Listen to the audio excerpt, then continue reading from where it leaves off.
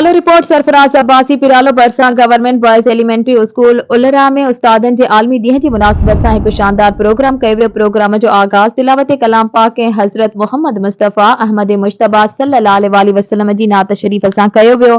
Programme में मासूम गुलन जिहड़न ॿारनि उस्ताद जी अज़मत ऐं शान ते तक़रीरूं कयूं ऐं शाइरी पढ़ी। प्रोग्राम में हाई स्कूल बागो फुलपोटो जो एफ.ए. उस्ताद वज़ीर अली ओढो, अल अहद एलिमेंट्री स्कूल जो हेडमास्टर उस्ताद आफ्ताब अहमद खोसो, वीरम गोठ स्कूल जो हेडमास्टर उस्ताद अब्दुल सलाम भुट्टो ऐं सैफ अल बुर्दी स्कूल पिरालो जो उस्ताद जनाब नेमतुल्लाह जलबाणी मेहमाननि तौर शिरकत कई।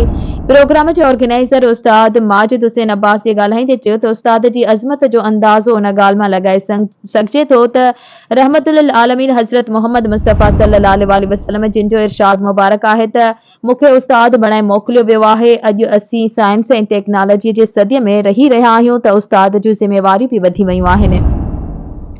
उस्ताद निसार अहमद भुट्टो ॻाल्हाईंदे चयो त उस्ताद जी अज़मत वालिदेन खां वधीक आहे। अॼु जे उस्ताद खे ॿारनि सां पंहिंजे वालिदेन वांगुरु प्यार करणु घुरिजे, उन्हनि खे पंहिंजा बच्चा सम्झी पढ़ाइणु घुरिजे।